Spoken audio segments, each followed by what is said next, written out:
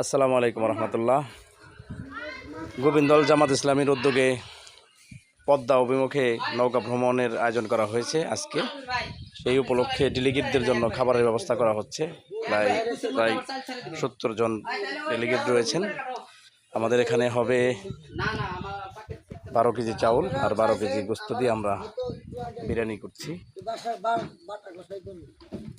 এটা হচ্ছে আমাদের গোবিন্দলের নির্যাতিত সাংগঠনিক আব্দুল্লাহ মামুন ভাই। কাউসার তেল তুলতেন,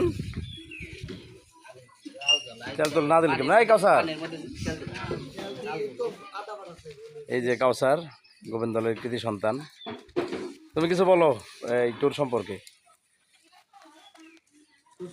আসলে একটা জ্ঞানের অভিজ্ঞতার জন্য আমরা ট্যুর করতেছি। যেহেতু আল্লাহর অপরূপ সৃষ্টি, নদী, পানি, সাগর এগুলো ভ্রমণ করা দরকার। সেই জন্য আমরা ট্যুরে যাওয়ার জন্য মনস্থির করছি। আলহামদুলিল্লাহ, সুন্দর। মামুন ভাই কিছু বলবেন নাকি কাজে ব্যস্ত? আচ্ছা, মামুন ভাই কাজে ব্যস্ত আর আমি আছি বিহাইন্ড দ্য স্ক্রিন, আমার কথা বলার সুযোগ নাই। আচ্ছা, তো সবাই ভালো থাকবেন। আমরা জামাত ইসলামী গোবিন্দল থেকে যারা করে তারা চেষ্টা করছে ডেভেলপমেন্ট করার জন্য। আশা করছি আপনারা যারা নতুন জামাত ইসলামী করতে ইচ্ছুক তারা অবশ্যই প্রত্যেক ওয়ার্ডের দায়িত্বশীলদের সাথে যোগাযোগ করে আপনারা জামাতের সাথে যুক্ত হয়ে যাবেন। ওকে, তো সবাই ভালো থাকবেন। আল্লাহ হাফেজ।